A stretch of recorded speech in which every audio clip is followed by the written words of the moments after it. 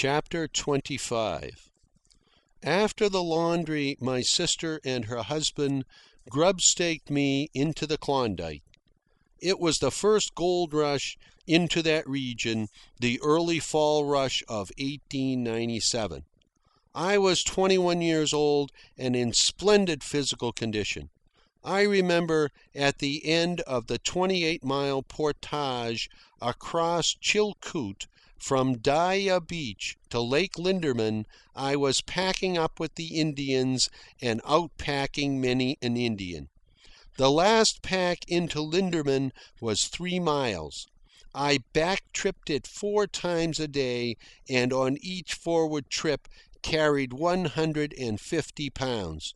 This means that over the worst trails, I daily traveled 24 miles, 12 of which were under a burden of 150 pounds. Yes, I had let career go hang, and was on the adventure path again in quest of fortune. And of course, on the adventure path, I met John Barleycorn. Here were the chesty men again, rovers and adventurers, and while they didn't mind a grub famine, whiskey they could not do without. Whiskey went over the trail while the flour lay cached and untouched by the trailside. As good fortune would have it, the 3 men in my party were not drinkers.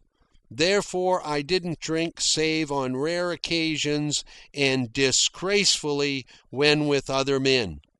In my personal medicine chest was a quart of whiskey. I never drew the cork till 6 months afterward, in a lonely camp, where, without anaesthetics, a doctor was compelled to operate on a man. The doctor and the patient emptied my bottle between them and then proceeded to the operation. Back in California a year later, recovering from scurvy, I found that my father was dead and that I was the head and the sole breadwinner of a household.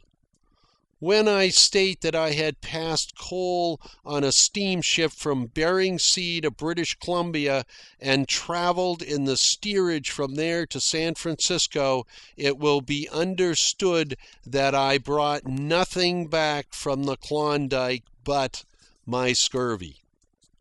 Times were hard. Work of any sort was difficult to get, and work of any sort was what I had to take, for I was still an unskilled labourer. I had no thought of career. That was over and done with. I had to find food for 2 mouths besides my own and keep a roof over our heads. Yes, and buy a winter suit, my one suit being decidedly summery. I had to get some sort of work immediately. After that, when I had caught my breath, I might think about my future. Unskilled labour is the first to feel the slackness of hard times, and I had no trades save those of sailor and laundryman. With my new responsibilities, I didn't care to go to sea, and I failed to find a job at laundrying. I failed to find a job at anything. I had my name down in 5 employment bureau. I advertised in 3 newspapers. I sought out the few friends I knew who might be able to get me work, but they were either uninterested or unable to find anything for me. The situation was desperate. I pawned my watch, my bicycle, and a Macintosh of which my father had been very proud and which he had left to me. It was and is my sole legacy in this world. It had cost $15, and the pawnbroker let me have $2 on it. And, oh yes, a waterfront comrade of earlier years drifted along one day with a dress suit wrapped in newspapers. He could give no adequate explanation of how he had come to possess it, nor did I press for an explanation. I wanted the suit myself. No, not to wear. I traded him a lot of rubbish which, being unpawnable, was useless to me. He peddled the rubbish for several dollars, while I pledged the dress suit with my pawnbroker for $5. And for all I knew, the pawnbroker still has the suit. I had never intended to redeem it. But I couldn't get any work. Yet I was a bargain in the labour market. I was 22 years old, weighed 165 pounds stripped, every pound of which was excellent for toil, and the last traces of my scurvy were vanishing before a treatment of potatoes chewed raw. I tackled every opening for employment. I tried to become a studio model, but there were too many fine-bodied young fellows out of jobs. I answered advertisements of elderly invalids in need of companions. And I almost became a sewing machine agent on commission without salary. But poor people don't buy sewing machines in hard times, so I was forced to forgo that employment. Of course, it must be remembered that along with such frivolous occupations, I was trying to get work as wop, lumper, and roustabout. But winter was coming on, and the surplus labour army was pouring into the cities. Also I, who had romped along carelessly through the countries of the world and the kingdom of the mind, was not a member of any union.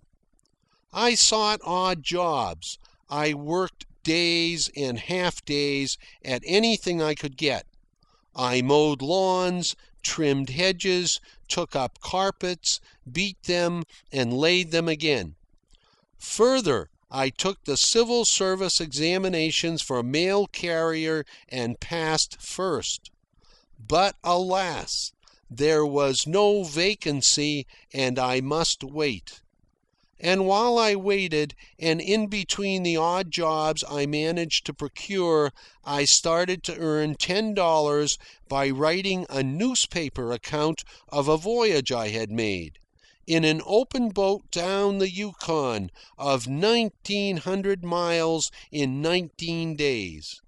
I didn't know the first thing about the newspaper game, but I was confident I'd get $10 for my article.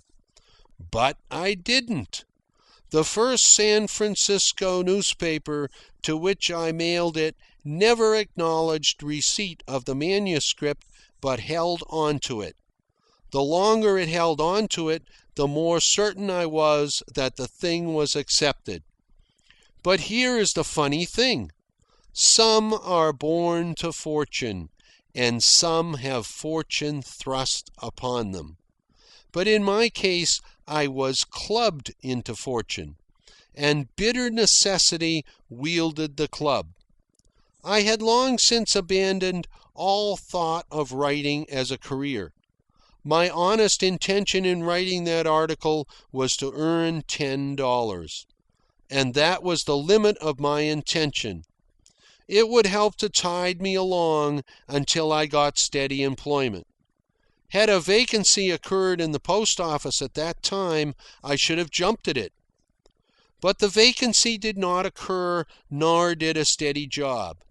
And I employed the time between odd jobs with writing a 21,000-word serial for the Youth's Companion.